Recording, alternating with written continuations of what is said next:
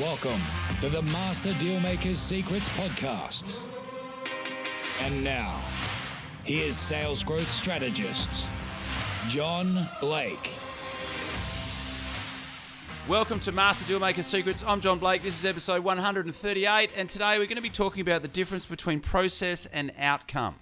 So really useful episode today, and I'm sure you get a lot out of it. But before we do that, if you've got leads that you want to convert into actual paying clients, I have a really valuable resource for you.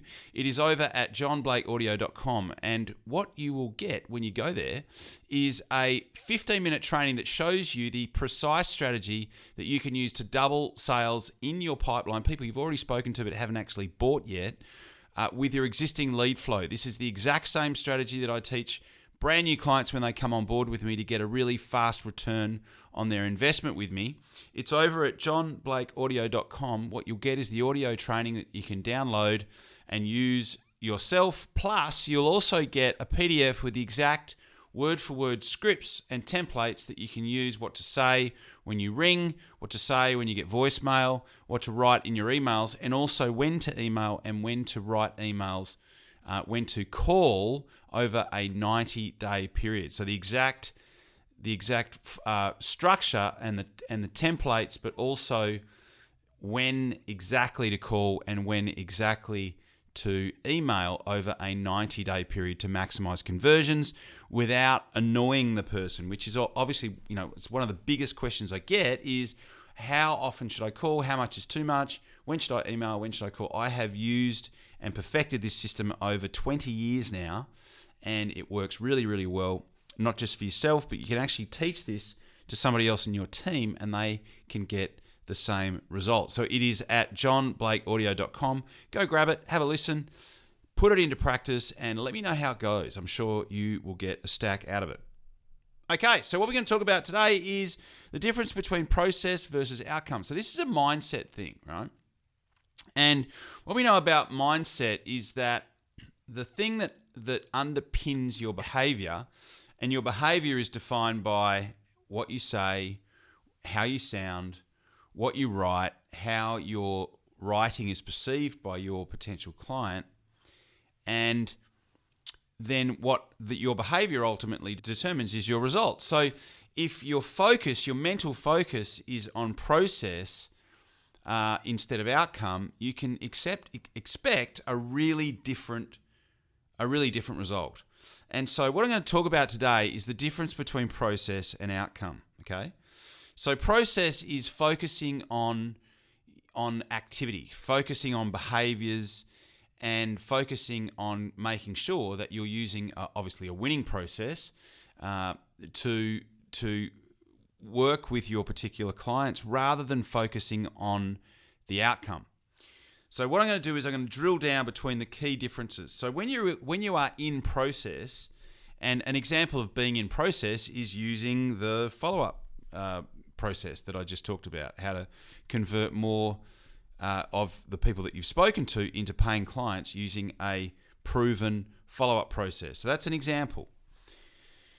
Another example of process is the strike process that I use to build people's sales processes with, right? So that's an example of a proven process.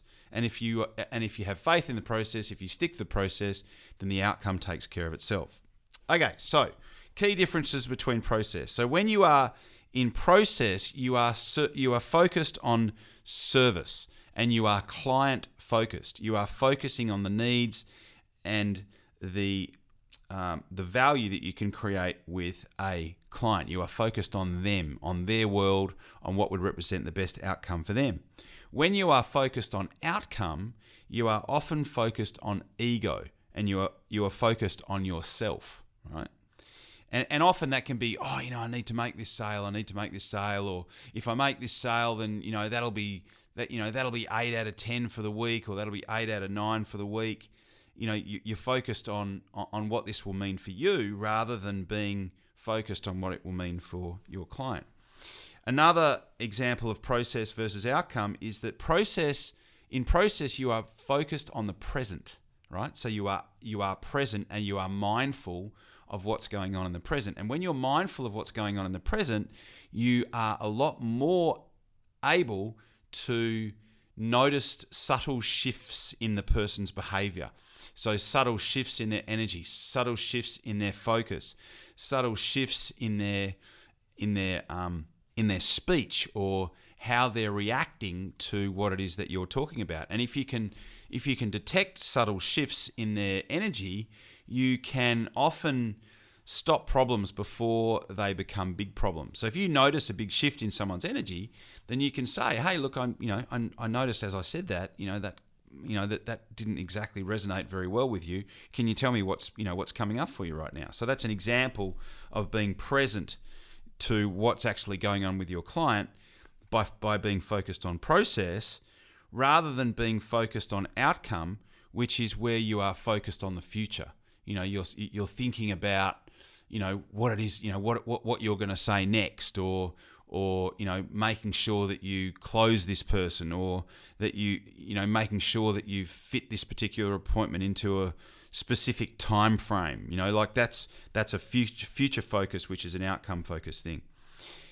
When you are focused on process, you will be focusing on creating value for your client. What would represent the best outcome here? What am I hearing from this person? What am I seeing from this person?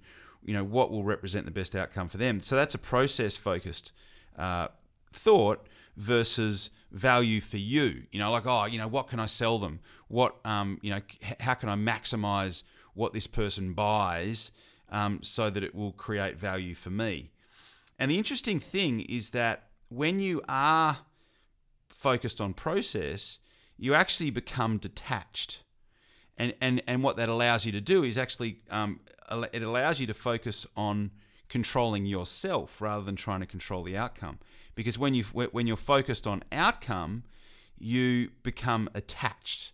So you become attached to the outcome, and when you become attached to the outcome, you create the illusion of control of the outcome. And what's interesting is that you actually do not have control over who buys and who doesn't, right? That's the irony here, is that you have no control over who buys and who doesn't. If you focus on process, if you do what it is that you do to the best of your ability, and you're using a proven process, and you focus on your behavior and creating value and being present, the outcome takes care of itself.